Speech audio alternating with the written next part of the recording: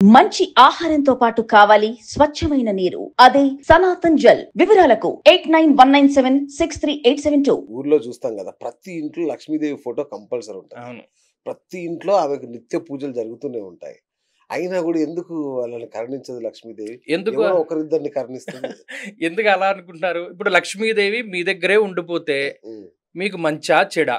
Okay. ఉదాహరణకి ఆ, మీరు వడ్డీ వ్యాపారం చేసేవారు, అవును. మీ దగ్గర స్థిరంగా డబ్బు ఉండాలని కోరుకుంటారా? లేదు, రొటేషన్ అవ్వాలనేగా. అంతేగా. మరి అది మీ దగ్గర ఆ సిచ్యువేషన్ కరెక్ట్ కాదు. ఆ, అలాగే డబ్బు అన్నది ఎప్పుడూ కూడా కరిమింగిన వెలగపండులోని గుజ్జు వలె పోతుంది. ఉమ్, వచ్చేది ఏదైనా ఉంటే కొబ్బరికాయలోకి నీళ్ళు ఎలా వస్తాయో అలా వస్తుంది అన్నాడు. ఉమ్, ఉమ్, చాలా వింత. ఇందాక అదే చెప్పాను, ఉమ్, మనం ఎంత సంపాదించాలి అన్నది ఆల్రెడీ రాసి పెట్టేసి ఉంటుంది. ఓకే. అందులోంచి వచ్చిందో ఏకాదశి ఉపవాసం. మీకు దాంట్లో ఉన్న శాస్త్రీయత తెలీదు. ఒక మనిషి ఎంత అన్నం తినాలి, ఎన్ని మెతుకులు తినాలి, తినే బియ్యపు గింజ మీద వాడి పేరు ఉంటుంది కదా. మన ఋషులు ఏం చేశారంటే, ఉదాహరణకి మనం ఇంత అన్నం తినాలని రాసి పెట్టుంది, ఇవాళ మానేసేవారు. ఇవాళ మానేస్తే ఏమైంది? సంవత్సరంలో మనం లీవ్స్ తీసుకోవడం మానేస్తే క్యారీ ఫార్వర్డ్ అవుతాయి. అవును. మరి తినవలసిన బియ్యపు గింజ మానేసినప్పుడు అది మిగిలిపోతుందిగా. ఆ, అది తినేంత వరకు మనం బతకాలిగా. ఆ, అందుకు ఏకాదశి ఉపవాసం పెట్టారు. బా బా బా బా. సూపర్. ప్రతి దాంట్లోనూ శాస్త్రీయత ఉంటుంది. ఉమ్, ఎక్కడ ఋషి చెప్పింది ఏది కూడా పొల్లు పోదు.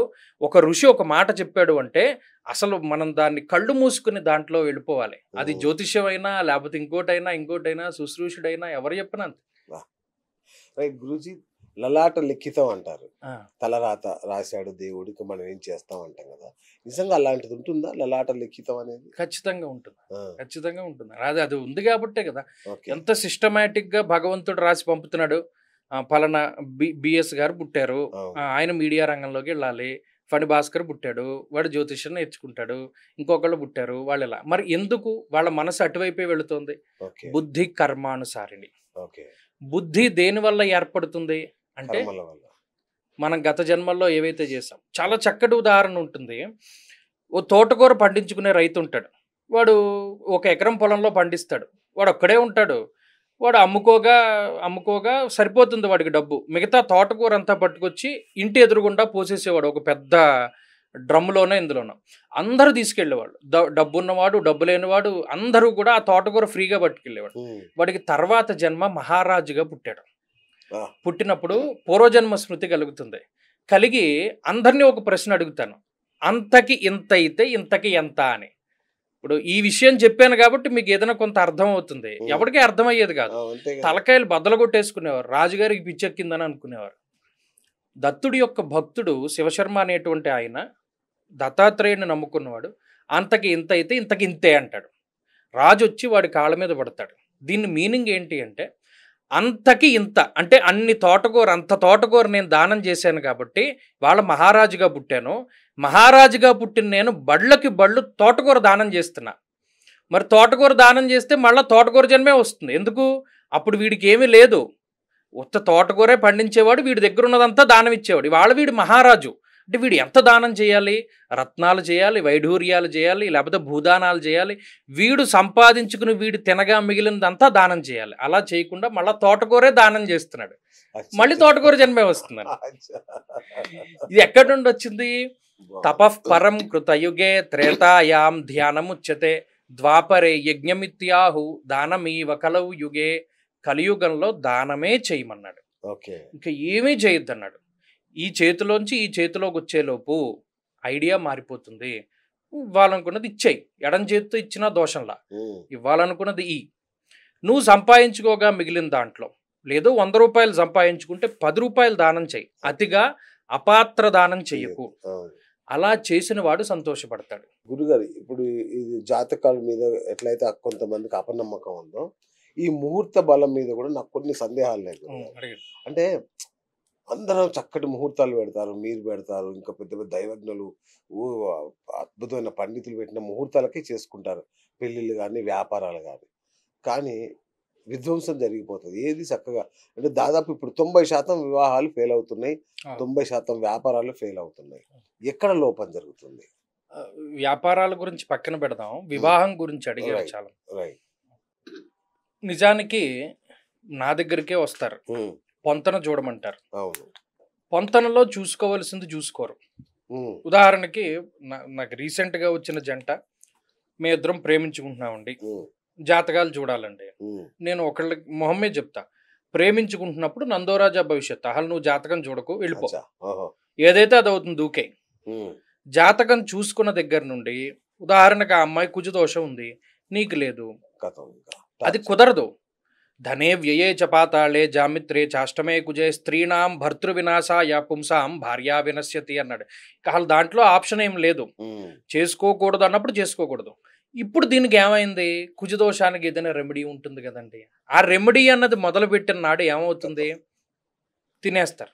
ఎవరు చేస్తారండి? ఇప్పుడు శాంతి కమలాకరం అనే ఒక గ్రంథం ఉంది, అసలు దాని పేరే చాలా మందికి తెలియదు. 1986 లాస్ట్ ప్రింట్, ఇవాళకి లేదు ప్రింట్. నేను కష్టపడి వెతకగా నాకు ఒక జిరాక్స్ కాపీ దొరికింది. దాంట్లో గోముఖ ప్రసవ శాంతి. అసలు ఈ పేర్లు ఎవరికి తెలుసు? తల్లిదండ్రుల నక్షత్రాల్లో పుట్టిన వాళ్ళు గోముఖ ప్రసవం చేసుకోవాలి. అంటే ఏంటి, తల్లిదండ్రుల నక్షత్రాల్లో పిల్లాడు కానీ పిల్ల కానీ పుడితే దోషం.